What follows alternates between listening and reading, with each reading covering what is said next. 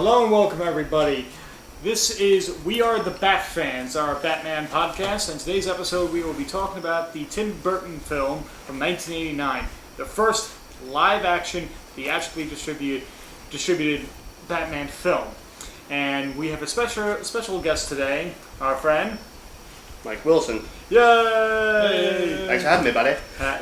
And Dakota Wiegand. Yes, and I'm Timothy Rooney. So, what brought us here to be with, well, I would say, most comic book movies today owe a great deal to the 89 Batman film. Hello.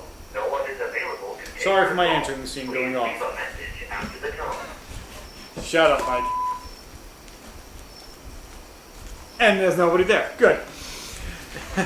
The 89 Batman film proved that the Superman movie from 1978 was not a fluke, and that the comic book genre can be taken seriously. And I'm going to turn it over to Mike to give us just a little overview of what the plot of the movie is. The plot, very simple. Batman is first establishing himself, fighting crime in Gotham City. The police don't trust him. The citizens don't know what to think of him. And all the meanwhile, he is fighting criminals.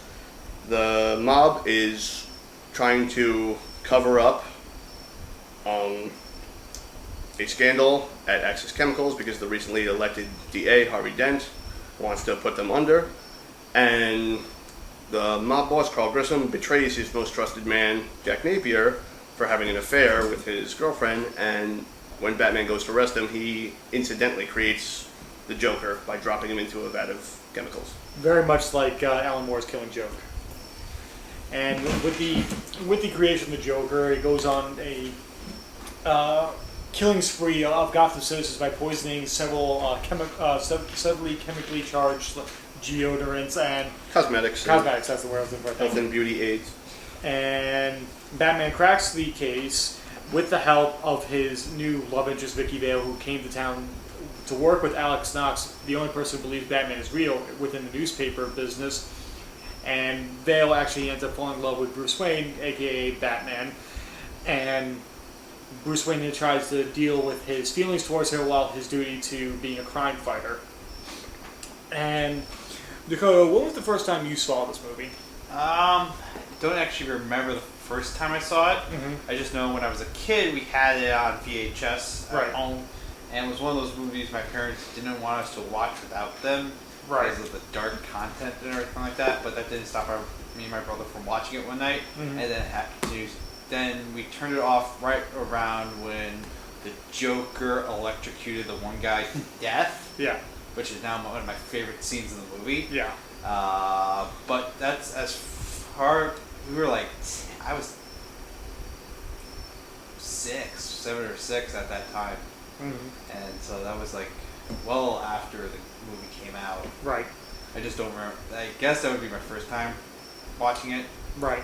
but first time really appreciating it probably was like about 5 years ago. Really? Yeah. I just had no interest in ever seeing it afterwards. Mm-hmm. And then saw it and I hated myself for not wanting to watch it. Was that because of the complete 180 that The Dark Knight and the Nolan films were, like, where they took it from there? It almost felt passé and I thought, old. well, I guess that's a good point. I didn't think. Definitely the Nolan films made me want to go back and rewatch it. It's not like that There of Batman changed my mind.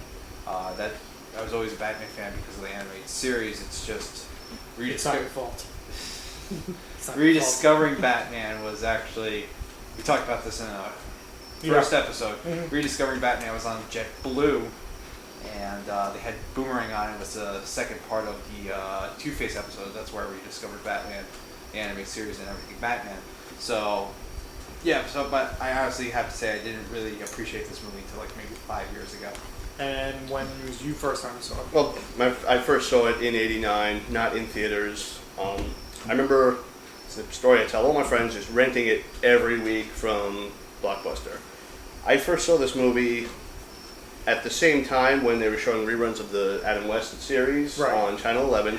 So I had these two completely contrasting Batman styles just going on almost on a freaking daily basis, almost on a weekly basis.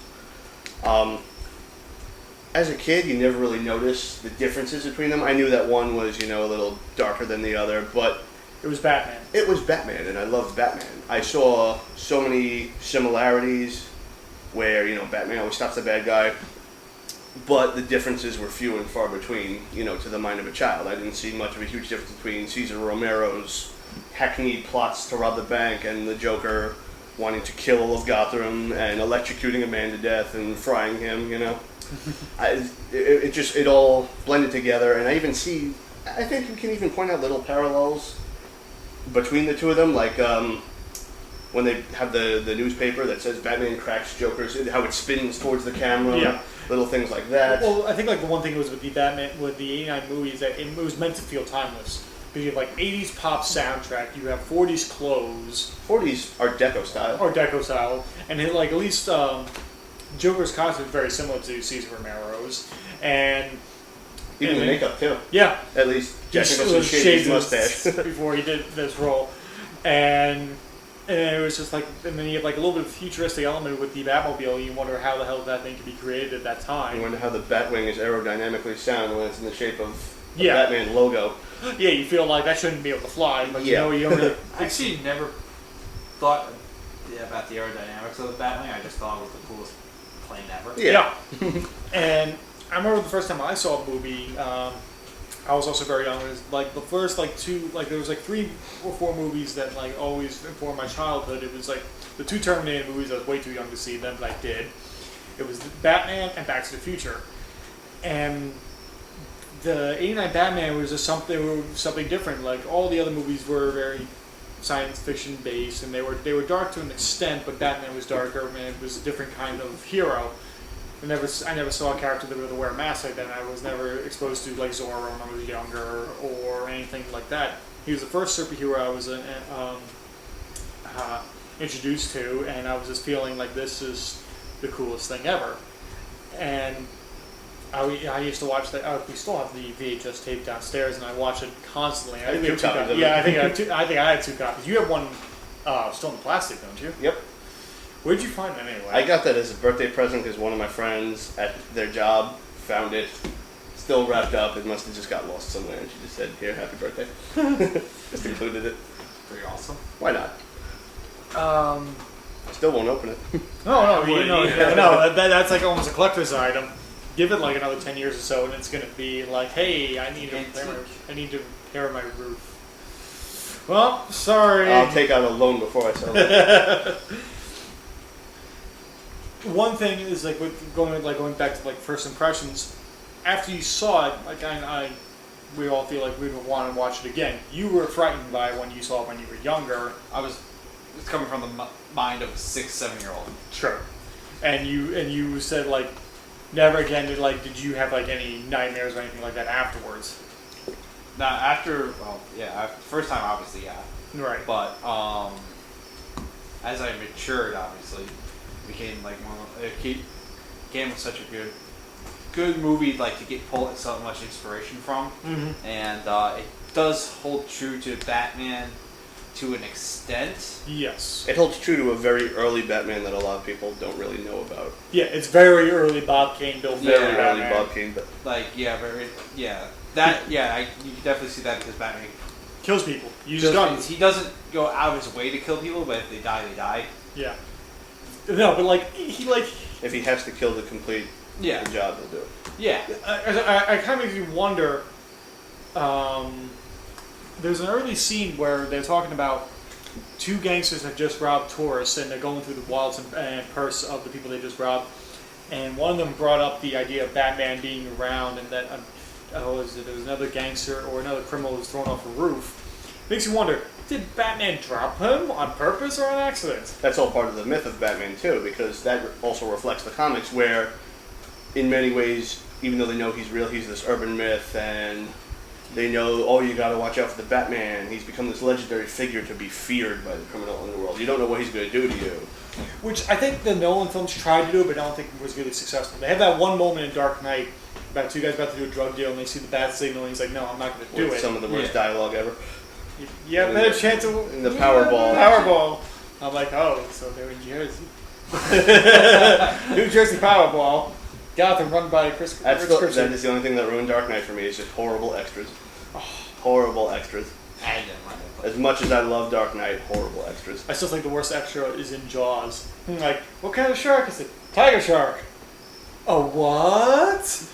Oh, that always bothers me, but we'll get to Jaws another day. Okay. I mean, I like yeah, you did touch the whole Dark Knight thing. Just, yeah, it was there. But the Nolan's film never really, I think you mentioned it one other episode where the Nolan films kind of almost apologize for being comic book origins. So you can't really, so obviously that's not really there. Plus also Batman really was not detective mode Batman. He was a ninja in the Nolan films. He just beat the crap out of these heavy hitters. He wasn't like taking out the small fry, everyday criminals like he normally does in some. Well, I think the motivation for trying to establish that in the beginning of Dark Knight, I believe it takes its influence from the '89 Batman. Because if you look at that whole beginning of '89 Batman, it's all your classic build up to the payoff of him striking at these criminals in the most grand way. You know, Yeah, but capes spread out. But then he comes across the drug deal between Scarecrow and the Russian. Yeah. And that's not small fry. Well, if you want to put it in perspective of what Ra's al Ghul's plan is, it is. But it's not like, hey, Yeah, but I just mugged this lady and I'm running down the street with a pocketbook or something like that. Right, but it's still the Scarecrow, and you still have the Russian, which was the head of the Russian mafia in Gotham. Right. I feel the influence was taken. That whole No, setup. I totally can see that. It's just. And it was just like one thing that a lot of like people who've made comic book movies is that everybody thanks Richard Donner for what he did with the '89 Batman film because, I mean, 78 Superman. Wow. I'm just happy you didn't say Zack Snyder. I was gonna say, I'm gonna Did skip. Tim Burton direct it? I think I should go stand in the corner for that one. Yeah. Take this coloring book with you. You're fired. Yeah. No, you gotta do it like the real Vince. You're fired. Just like Richard Donner on Superman 2. Yeah, right. Very nice. So yeah, like Bryan Singer thanks Richard Donner, and he ended up like producing a few of the X-Men movies. Tim Burton acknowledges Richard Donner for Superman, and I feel like without Superman, we probably wouldn't have gotten the '89 Batman film as it was. Superman set the standard. Batman brought it to the next level. Yeah, but then like if you want to look in the chronological order, like as we said before, Killing Joke definitely influenced the story. So, same thing with Dark Knight Returns, as well as where it came from tone, and bringing Batman into the pop culture again since the '60s TV show. I mean, there was not a Batman comic at least as popular at that level since. You had like your little things, but nothing had the impact of that. No, that's for sure. I mean, like, I think at least like those things helped get the movie made because it took them 10 years to make the movie. Well, the general shift in tone in the '70s when they went back to the dark stories after the '60s show was over and all the camp was just not working anymore. Julie Swartz, Neil Adams, and Denny O'Neil, the Yeah. three people were responsible for bringing Batman back to the way he was. And if we want to like look at it in the grand scheme of things, because of them, we wouldn't have the '89 Batman film. Thus, we wouldn't probably have the Nolan film, and then we wouldn't have comic movies the way they are today. So, those three men should not be overlooked when it comes to the history of comic books in the past 25, 30 years. But Julia Schwartz goes back 50 years, almost 60 Superman, you know? yeah, and it makes me wonder, like, as you can tell, if you don't know if you guys saw it yet, across my room in my living room, I do have a plush Superman doll that's on top of me, that's been there for years, and Superman and Batman have been part of my life for such a long time. The funny thing is, I know I was going a little off topic, but after Batman and Robin, I didn't really associate with Batman too much. I was more of a Superman fan after that point, because I liked the animated show, and then Marvel started getting rolling with the X-Men, Spider-Man movies, and I really didn't rediscover this movie until after Batman Begins came out, and I was like, I can safely say I am a Batman fan again without feeling a little criticized for it, because the bad taste in your mouth left with Batman and Robin. So, what were you saying? Oh, no. What are your feelings today on the movie? I feel like it absolutely still holds up. As you know, I'm a complete Blu-ray enthusiast, so I love watching it in a completely new light with all the little effects, all the little details, all the little flubs that you can see now. Like in the beginning, when the two guys who just mugged the family are sitting there talking, and you see Batman descend In the in the background. background, you could see on the Blu-ray, you could see his feet dangling up there before they descend him down. Oh God! Don't drop me! Don't drop me! Don't drop me! It's almost comical. And then the infamous scene when the thugs are about to unmask him and Vicky Vale distracts him with her camera and shoot her. You see him laying on the ground with his mask up, and then he quickly pulls his mask back down and then goes back to pretending to be dead. It's on the Blu-ray, trust me. Okay. Seriously. I didn't catch that part, but okay. If I'm part of the commentary, I'll supply the Blu-ray.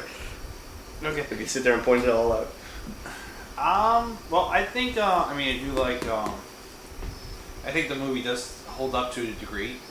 If you look at it like at that timeless zone, that timeless area of Gotham City, which they always try to do, except in the Nolan film. It's just like everything, like where it's like kind of trapped between the 1950s and modern day.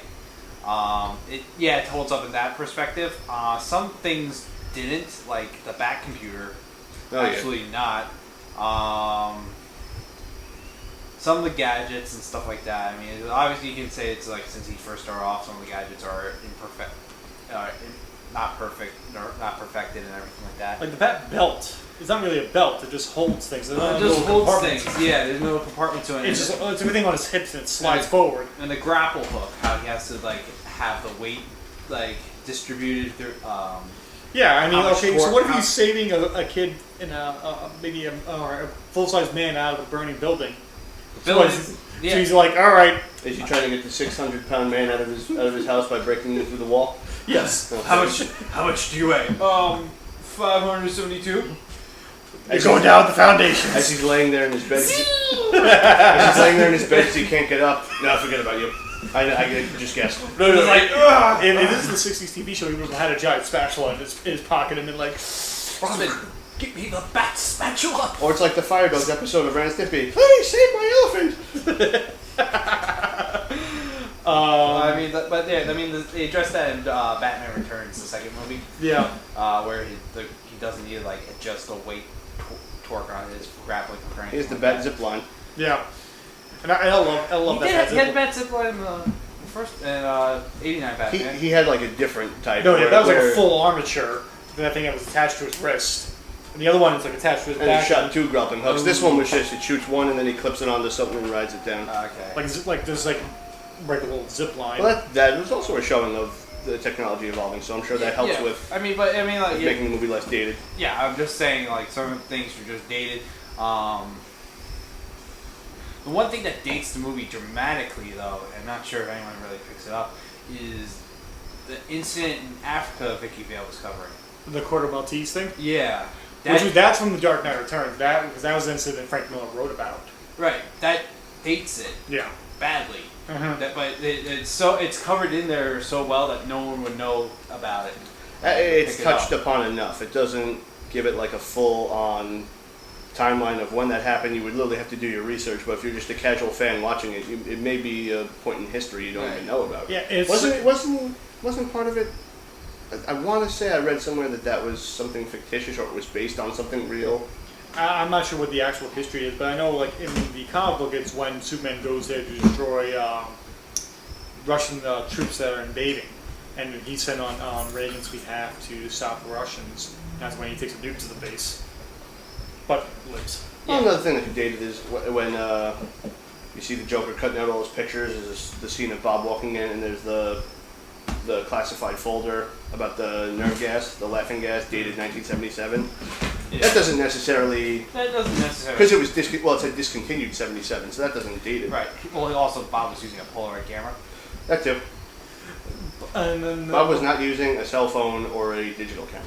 Bob Good. Gun. Done. But Yeah, I mean, sorry. little things like that date the movie. But it doesn't take you. You don't think about it You until don't it's think over. it, yeah, that's the suspension of Disbelief. Disbelief, yeah. So and I It's not like a mentioned that, Wilhelm scream all of a sudden in a very serious movie. yeah, where you can pick it up and you're like, oh, they're using Wilhelm, what? Which I do believe they might have used in Dark Knight Rises at one point. Possibly. I know they use it in Man of Steel. Yeah. They do. There's Yeah. a lot of screams in Man of Steel. No, especially from the audience members. No, it was one For my soul. Still haven't seen it yet. I had a microphone hooked up to my soul. But no, I mean, Not only because of how bad the movie, but the fact that the girl sitting next to me stopped talking to me. Oh. My date stopped talking to me after that. So. Is that why you really? No. I'm just kidding. I'm just kidding. But you know, but yeah, no, the movie itself, I just don't think with all the Batmans we had in between, just he's not my go-to Batman. Let's just put it like that. At least with my feelings today on the movie, that I think the movie holds up really well as the consensus of the group is. Yeah, I guess you would say the only thing that probably takes it out, if you want to be really nitpicky, is the Prince music. But then again, yeah, but that's such a part of the movie that you just kind of take it on face Yeah, I value. didn't even it's also consider that. it's also sporadic enough where the score really is. The, Yeah, no, is yeah. the Danny soundtrack. Elfman's the one who really owns that movie. I think it was just because Prince was a Warner Brother artist at the time. I'm not sure if he still is. Oh, there was a well-publicized contract dispute between him where he changed his name so he. Oh yeah, the artist formerly known as Prince. Yeah. That's a whole nother podcast. But I feel like that the Party Man and Trust actually used in the movie, they fit. Because I think Party Man is such a perfect way to sum up Joker's character in that movie, and Trust is such In a that great scene too. Yeah. And I just feel like they went. I wish like they used the song a little bit longer. They shot more footage just so they could just pad it out to have the whole song. That I'm just getting greedy at that point.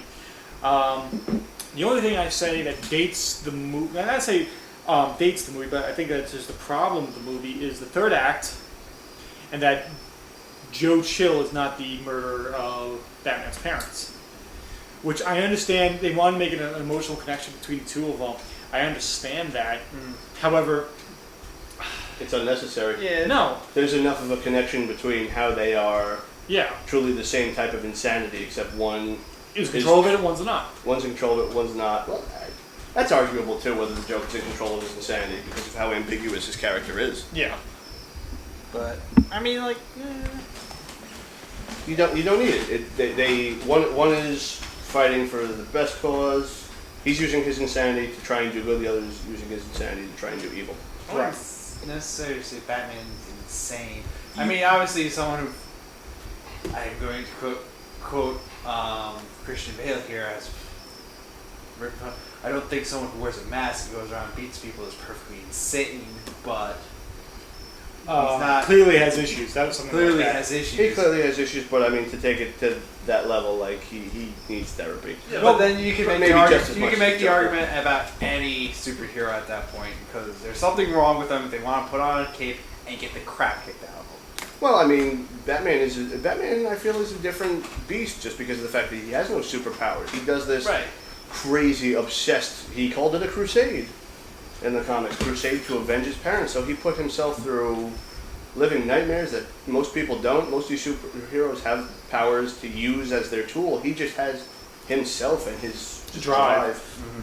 Alan Moore said that when he was writing Watchmen, he had established characters in the comic book universe in mind, and he wanted to use them, but for legal rights he wasn't able to, so he created new ones. And Rorschach, probably one of the most insane characters in that book, is just Batman pushed to his furthest extent, pushed over the edge pretty much. Right. Because if Batman snapped and started to actually take true justice into his hands, he would be just like Rorschach, and he'd be I mean, uncompromising. I mean, there was. I mean, the DC universe always made that comparison.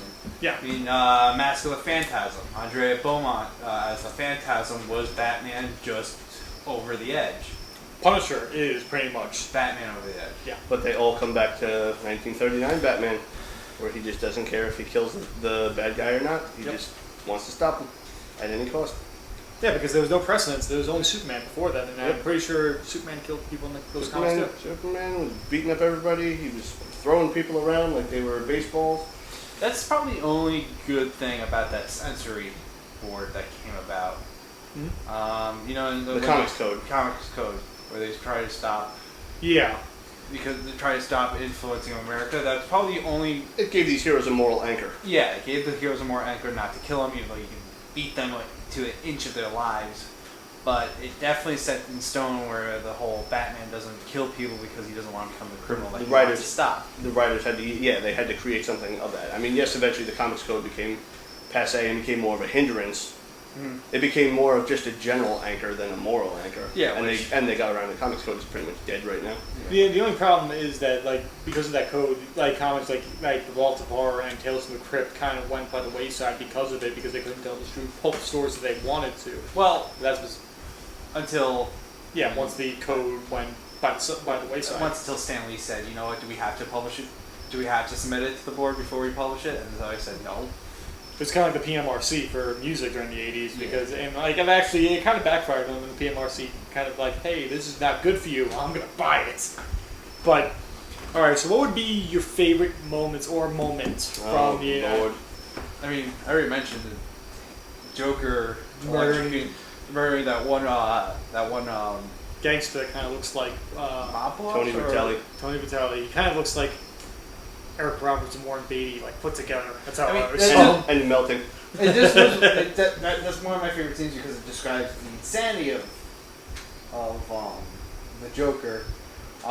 Favorite scene in the entire movie, though. To be honest with you, that one fight in the one Batman fight with the guy with the two swords and like Yeah. he's like blocking with the gauntlets and I love swords that. flying. It's just like that's the coolest thing ever. I love that moment so much because if you're a kid in the '80s or whatever, because I know I'm the grandpa of the group right now. Oh, big 3-0. You're 1 foot in the grave. Silence. But growing up in the old like NES days, where you have like you're playing the Batman game for NES, which I think you played over my house for the first time. Yeah, and Don't mess I up. was terrible at it. But whenever you get to the end of the level, there's always the boss character. And whenever I watched that movie, because I was playing the '89 game, the movie-based game at my aunt's house all the time. But whenever I watch a movie, the guy with the swords comes out after he's beat up all the thugs. I was like, that's the boss. That's the boss of this scene. He just beat the boss, the guy with the swords. Or like what I guess like some people call it like a threshold guardian, because like, oh, this is the last guy I can do before I gotta move on. It's very much To the like, next level. yeah.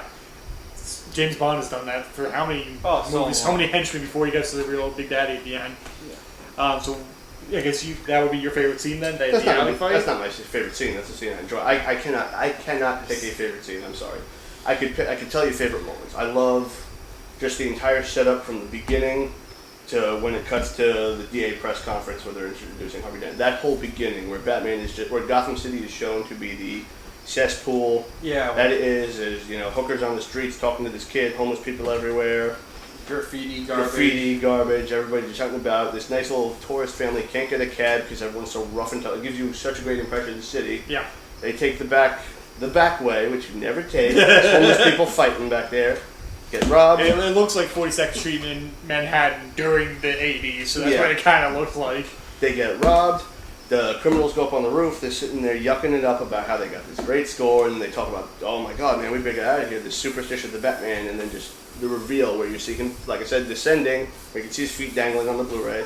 Look for it, folks. And then it's just building up. It's anticipation, and then you like, let's get out of here, man. There ain't no bat. And you hear the sound of him walking, the big reveal, and then just how he's just this intimidating figure. They shoot him, Nothing. but he gets back up, kicks the guy. Don't kill me, man. Like, perfect. And then you gotta end it with Billy D. Williams as Gotham's district attorney. Drink Coke 45, Gotham Gotham. City started a new ad sponsorship with Colt 45. We're gonna pay for this anniversary, Coke 45. and everyone's gonna enjoy a nice Colt 45. You know what? We better get that homeless guy to that Batman beat up because he had a great product placement on American Express.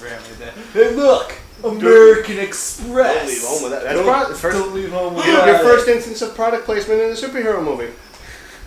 Never leave the cave without it. Mm-hmm. Alright. I But that- hope we never get to review Batman. Yeah, we are totally doing Batman I will Robin. stab myself in the eyeballs. I'll watch it. I don't care. I watch it. I We'll- watch we'll- garbage. we'll- I watch we'll garbage do for a fun. We'll do exactly. We'll do a I watch commentary. garbage for fun. So it's gonna be us just sitting around making Arnold impressions the entire movie. And That- just right. bad cold puns. I can feel the chills from it. But already actually, right now. I just want to add one Don't more. start. One more favorite scene. One more favorite scene in the movie is the. Sounds really stupid. the opening title sequence. Oh, with That's the great. going through the logo. That's Yeah, classic. with the score and everything like that. It just when we saw it a month ago, 2 months ago. 2 months ago, and oh my god, like I was rock hard. For the listeners, hard. we actually got to go see the 25th anniversary. 25th anniversary theatrical showing at a nearby movie theater that actually had Danny O'Neill and Dan Fingeroth Dan Fingeroff. doing Q&As, and that was a great moment. And what I always say about that specific theater is I feel Cody like that, urinated next to Danny O'Neill. yes, I You went to the urinated next to bathroom him. and Denny O'Neill went right in next to me. I was Danny like, O'Neill urinated next to I him. was not bird watching. I swear to God. That's okay. We'll give you a pass for that. Yeah, no, yeah. What Thing is you wrinkly got? old What movie. you got down there, Denny? Oh my God. That's where you think of the crack Wilson. Okay, so my least favorite moment of the Batman film was when Alfred. One of my least favorite moments was when Alfred lets Vicky Vale into the Batcave. Just a really low blow move by Alfred, Yeah. and completely unnecessary to do that. It would have been better off if she just found it by accident, like she just pulled the right, book, lever or whatever that opens up a door, Oh yeah, that would have been 10 times better. or accidentally stumbled into it like Robin and Batman Batman Forever. Forever, yeah. Yeah, or just Young Frankenstein. Yeah. Just the spinning book. Just pull the red candle. But we don't even see him go from. It wasn't even until Batman Returns that we see him go from his house into the Batcave itself. He goes in the Iron Maiden, like a little shoot. Bring them to the Iron Maiden. Excellent! Execute them. Bogus. And you were saying before we started recording about the him missing the Joker when he was Oh firing. yeah, that was horrible. When he's in the Batwing and the Joker doing that standoff during the parade, and he just fires all the machine guns and the rockets, and it just misses him like completely. Yeah, it's Man. illogical. Just say you're out of missiles or something. Just have that. Yeah, Oh, or that just makes sense. yeah, just. I don't know. Have like a red missile logo with a slash through it, flashing on like a low battery. Yeah, just Yeah. nothing. Yeah, or just like dive Or bomb. just click, click, click. dive no, bomb Yeah. and just like scare the living crap out of him at Yeah. least. I mean, I mentioned before, like they do a similar scene in The Dark Knight where Batman's on a motorcycle and Joker's just shoot like. Game of chicken. Yeah, it's a game of chicken, and Batman pulls out.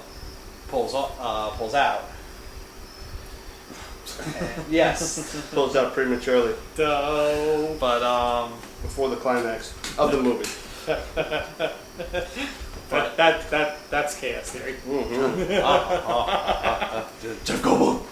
So, what would be your least favorite moment? Of the movie? Well, obviously those are silly, but I mean, I'm sure we can agree it doesn't ruin the movie for us. Yeah.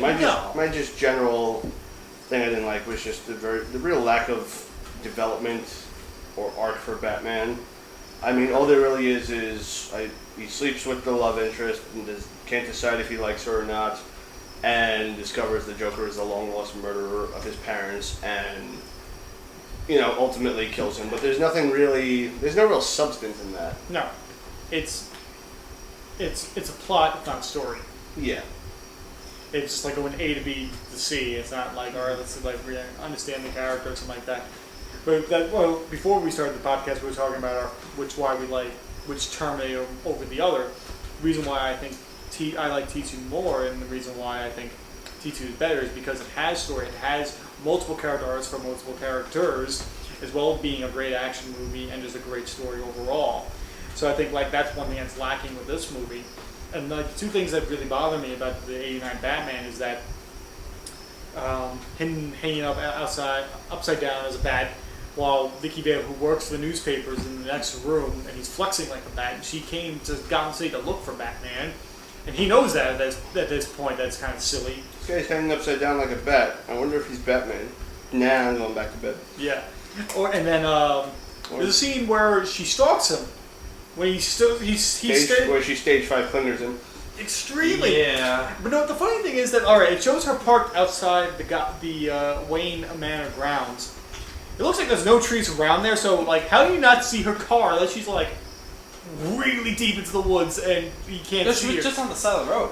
Yeah, and but we see Does from he her not- point of view. Does he not look in his rearview mirror and see No, they her drive blonde hair? right Yeah. past her. Yeah, and I'm just like, And then she starts her car up and immediately follows. it's only a dirt road in the middle of nowhere. Like if it was like a suburb like where we are right now, it's like okay, you can Get away with He doesn't it. hang outside his job, in the busy streets where her car will blend in with all the other ones. No, I it's know in my top 5 Batman Vixens review, I tied Vicky Vale with Talia al Ghul in the number 5 spot. yeah.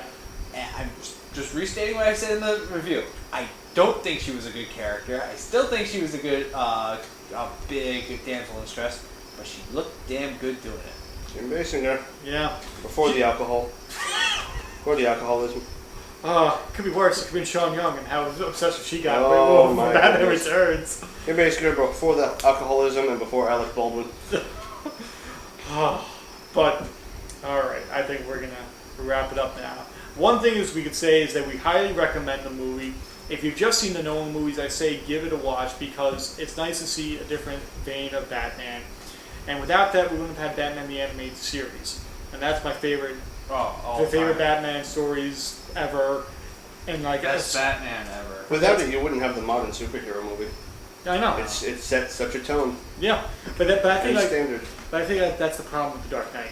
It set too much of a standard. Now everything's trying to be. Everything Yeah, trying. trying Amazing to be- Spider-Man trying to be the dark and gritty Spider-Man.